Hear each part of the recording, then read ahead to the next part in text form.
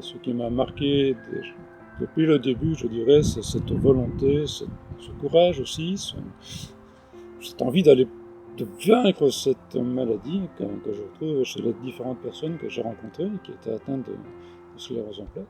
Et ça, c'est quelque chose qui m'a profondément marqué, oui, depuis le début.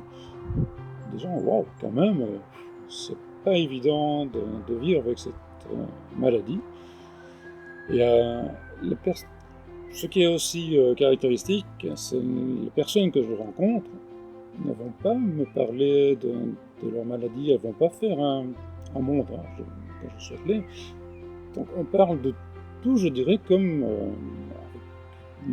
tout le monde, mais c'est pas centré sur la maladie. Et ça, c'est encore une fois quelque chose, je me dis, wow, ces gens, ils ont quand même des difficultés, manifestement, clairement.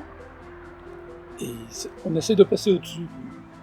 Ça, c'est une belle image, une belle leçon aussi, pour moi en tout cas.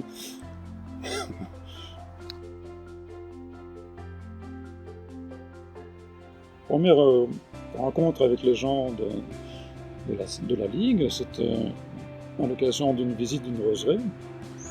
Et là, à part les personnes qui évidemment étaient atteintes physiquement, c'est en discutant avec Marie-Vonne qui m'a dit, bah oui, cette personne a la sclérose en plaques, elle aussi. Et là, oups. Et c'est là alors que, oui, c'est là que je me suis rendu compte que la sclérose en plaques pouvait avoir beaucoup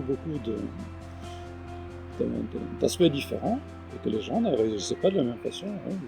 Mais toujours, en tout cas, cette fatigue qui était très claire.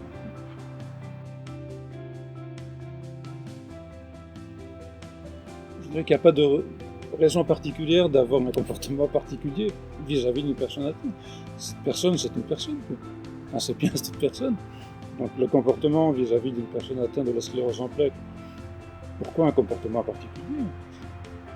Si ce n'est que je reviens à ce que je disais tantôt, s'il y a un comportement qu'on ne comprend pas, c'est peut-être là qu'il faut aller voir pourquoi. Mais ça, c'est pas uniquement pour les personnes atteintes, hein, c'est pour tout le monde.